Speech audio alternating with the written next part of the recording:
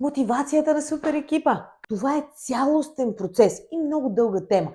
Едно конкретно и ясно действие, което може да направим, е да създадем среда, в която хората да се чувстват оценени, приети такива каквито са и способни на големи постижения. Когато се фокусираме като екип и станем ловци на постижения, как си го включваме това в ежедневието? Всеки ден, за 5 минути, всеки един член на екипа може да си запише своите 5 постижения или 5 победи на деня. А още по-добре би било да го споделим с колегите, да бъдат наясно, да споделят и да празнуват с нас нашите успехи. И освен да си търсим нашите собствени постижения, е страхотно да търсим постиженията на колегите и всеки да споделя победа според него или постижение на друг негов колега. Втората техника, която може да приложим, е да станем ловци на напредък. Когато имаме заедно един по-голям проект, емоционално понякога имаме чувство, че проектът буксува. И правейки крачки напред, забравяме да отразяваме напредъка. Трета техника – лов на суперсили.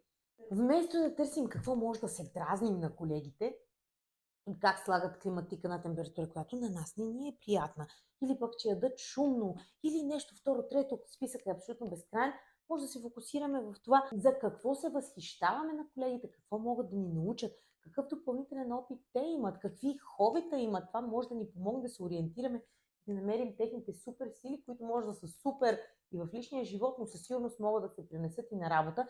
Как да открием тези супер сили? Когато периодично организираме неформални преживявания под формата на игра или под формата на арт-ателие или под формата на планинска разходка, но в такъв тип неформална среда най-добре излизат тези суперсили.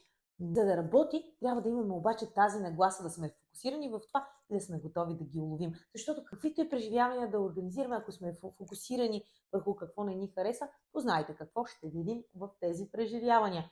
И една бонус техника в случая е да дадем на колегите думата. Те са хората, които познават компанията отвътре, отблизо и може би всъщност имат решения, имат конкретни идеи как може да напреднем по този въпрос, да се справим с това предизвикателство и да преодолеем този проблем. Да, обаче трябва да имат подходящата среда, да бъдат попитани или заедно като екип да направим един workshop, където да надграждаме мненията и предложенията на всички колеги. В случай, че приложите една или всички тези техники систематично, по няколко минути на ден, ще откриете неусетно, че екипа се е превърнал в супер отряд, който ходи с супер по-голямо желание на работа и се справя много по-добре с задачите си.